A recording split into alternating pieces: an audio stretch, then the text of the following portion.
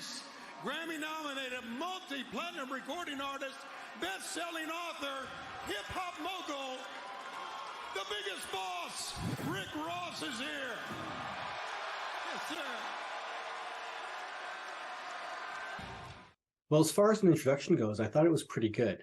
In actual mediation, it takes place in private, so there's not usually a crowd like that, but it very clearly did establish Rick Ross as the leader of the process. It was nice to see the enthusiasm. It was nice also to see him introduced with all those credentials, although I do have to wonder what the specific credentials mentioned have to do with an ability to facilitate mediation. It'll be interesting to see. Gotta make this clear. I am the biggest boss, Rick Ross, and when the boss come out, we come to make history. Today we will make history.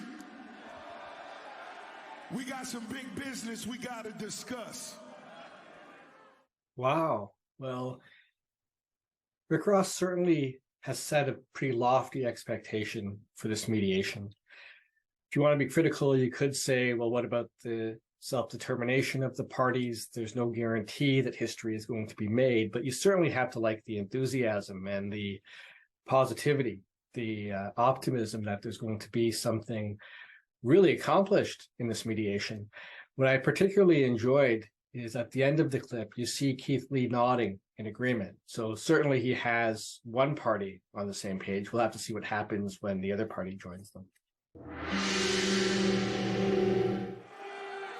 Keith, I really tried with you, bro. I wanted to really give you the whole world, because me and you, we should own everything. Own this shit. But Ross, I just can't deal with all the accusations that Keith Lee. We don't deal or put up with accusations. I can't deal. And most definitely not false. So Keith, accusations. You need to keep your eye on the ball. You can't keep your eye on the tag team championships. You can't keep the eye on your health. Whoa. And honestly, you need to keep your eyes in the back of your head from now on.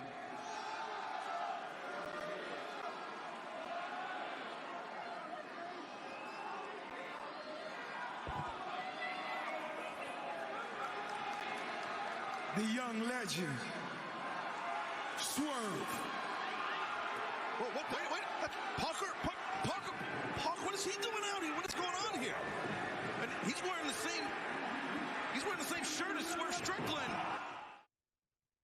So often mediators will repeat back what a party has said to help ensure that they feel listened to, or reiterate an important point that they made.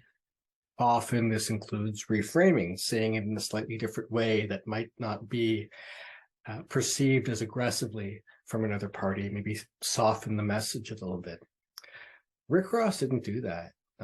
Rick Ross, at first it seemed okay, but as soon as he started talking about accusations, Rick Ross raised the temperature in the room, and he got fairly aggressive, throwing neutrality out the window.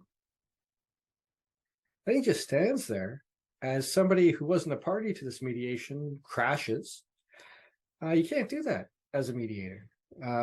If you have a designation like I do, if you are part of a code of ethics that you subscribe to, you need to first and foremost make sure that everybody's aware in advance who's going to be there, that everybody who's participating in a mediation understands the confidential aspect of the process, certainly goes through any required screening so you don't get into an altercation like these people did. I know it's professional wrestling, but certainly not mediation. And Rick Ross really needs to take some training, maybe pursue a designation if he truly wants to become a mediator.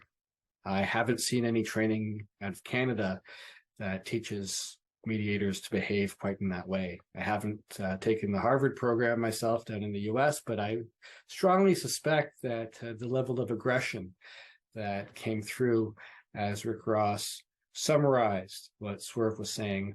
It's not something that would be condoned or encouraged in any type of mediation training.